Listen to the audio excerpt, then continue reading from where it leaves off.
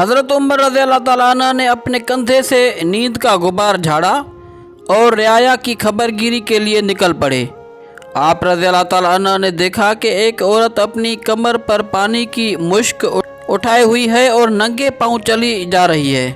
حضرت عمر رضی اللہ تعالیٰ عنہ نے اس کے احوال دریافت کیے تو اس نے بتایا کہ وہ ایک عیالدار عورت ہے اور اس کے پاس کوئی خادمہ نہیں ہے، اس لیے وہ اپنے بچوں کو پانی پلانے کے لیے رات کے وقت خود نکل جاتی ہے اور دن کے وقت خوف کی وجہ سے اسے نکلنا پسند نہیں ہے۔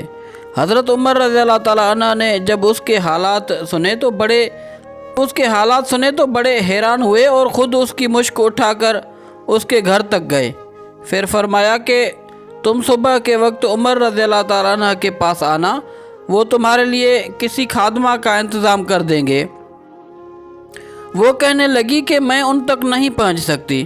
حضرت عمر رضی اللہ تعالیٰ عنہ نے فرمایا تمہیں انشاءاللہ وہ مل جائیں گے۔ چنانچہ جب وہ عورت صبح کے وقت ان کے پاس پہنچی تو دیکھا کہ عمر رضی اللہ تعالیٰ عنہ وہی ہیں۔